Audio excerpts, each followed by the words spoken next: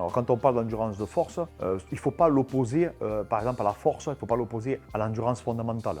Tout est interagi. Rien n'est noir, rien n'est blanc. On dit toujours que tout est gris. C'est-à-dire que vous allez produire à un moment donné, par exemple dans un match, une force maximale et derrière vous allez réitérer par une force qui va être sous-maximale mais reproductible pendant tout au long de cet effort. Donc en fait, c'est là où on peut parler déjà d'endurance de force. L'endurance de force, on ne dit pas, le corps humain ne sait pas que ça commence à l'instant T. Non, il s'adapte à des contraintes, en l'occurrence, ses muscles et l'endurance musculaire par exemple. Quand on parle d'endurance de force aussi, en mise à pratique, on va toujours orienter. Un travail spécifique d'endurance de force qui peut être plus orienté force, qui peut être plus orienté endurance de force fondamentale, en fait, c'est des sous-catégories. C'est pour ça qu'on parle toujours d'approche systémique de l'endurance de force.